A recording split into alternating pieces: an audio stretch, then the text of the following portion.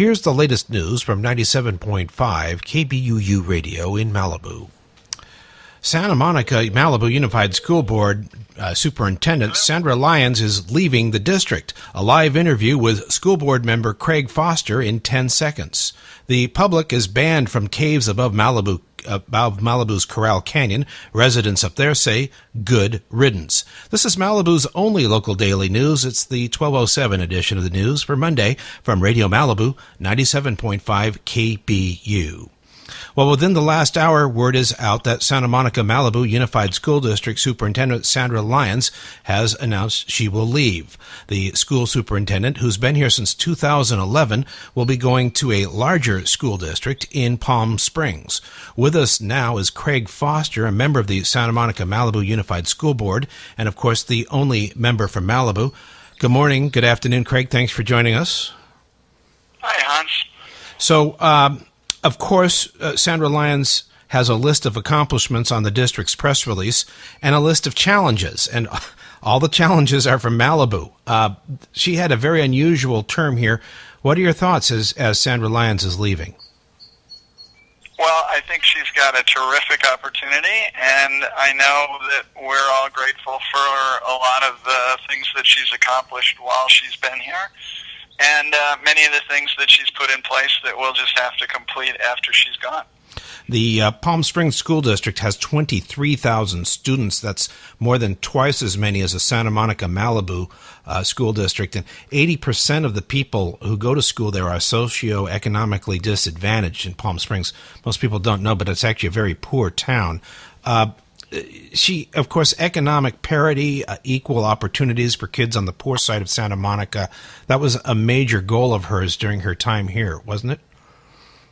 Yeah, absolutely. And she also comes from Palmdale, where they also have a highly impacted population. So I think she'll bring her experience there and here, and I think she'll do great work for the kids of Palm Springs. Santa Monica Malibu School Board member Craig Foster speaking with us now. Craig, I'm looking at her press release, and there's a list of accomplishments, including centralized fundraising, strengthening teaching and instruction, implementation of testing, transition to the local accountability plan, a laser-like focus on district mission statement. Then there's a list of challenges she had, and they're all from Malibu.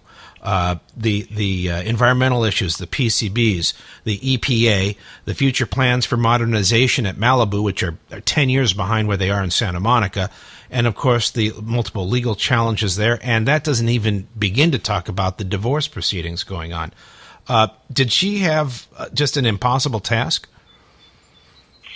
No, I think she had a tougher time. I think there were more issues going on in education nationally and in our state and in our local community than maybe some other times, but that's part of being a superintendent.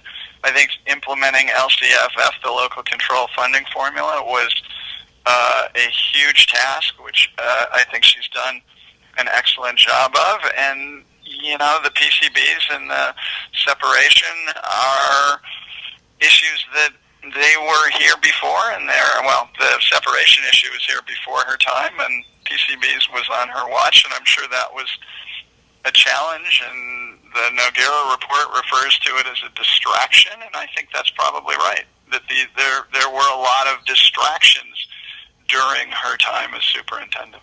Craig Foster, the school board member who represents all of Santa Monica and Malibu, but of course we view you as our own school board member because you're the only one from Malibu. Do you think the board is divided, difficult, and is going to make it a difficult time finding and agreeing on a new superintendent?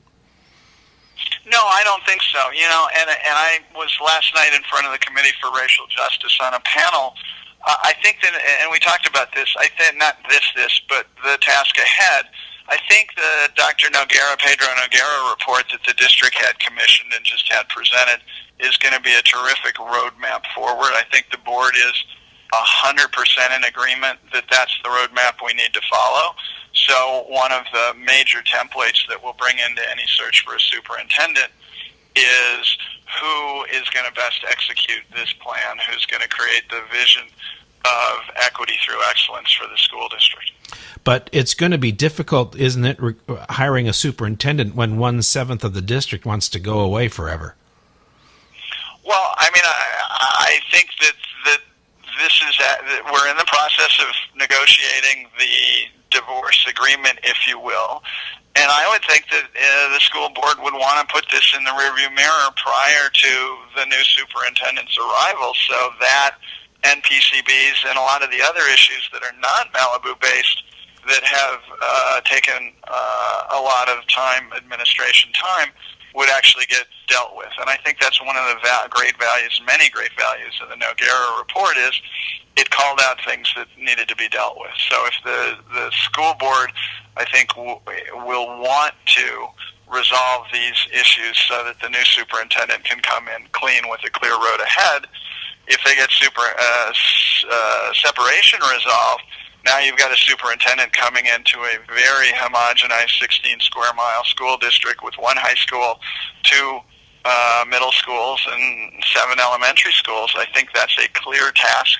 for a superintendent, and the Noguera report would be something that they could easily execute in that context. So I think it's actually all to the good for Malibu's own initiatives as well as the district's concerns overall. Fascinating. And you assume that the new superintendent would want to go to Santa Monica. Maybe they like Malibu better.